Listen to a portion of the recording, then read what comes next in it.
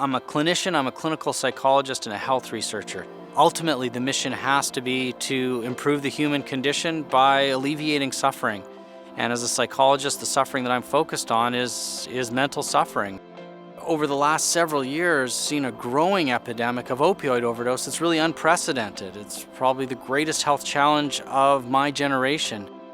Are some drugs different than others? Can one drug be used to reduce the harms associated with another? Those are interesting scientific questions, but they have an application right now in the lives of people in the community.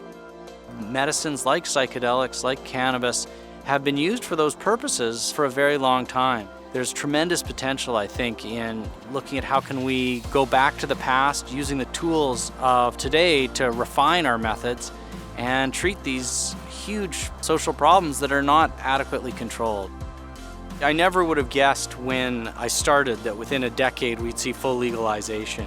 When I testified the first time to the House of Commons, it was a pretty hostile audience at the time. To then go back and be part of the committee that was looking at how do we legalize, and to see the conversation change so much in a relatively short time is just incredibly rewarding. There's lots of important research where it takes decades to see a consequence, and this all happened really more quickly than I could have dreamed of. I grew up skeptical of the war on drugs. In the 80s, it was things like cannabis and psychedelics were just poisons that had no potential use, and they were the devil.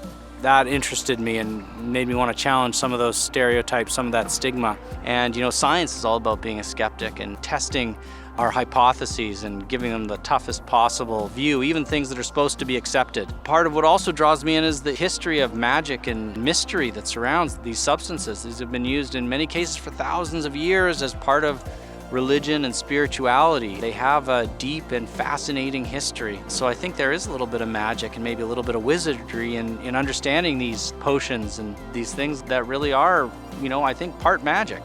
So I don't know if we'll ever fully, using the skeptical tools, boil them down. So I think we have to have a little bit of magic and a little bit of skepticism.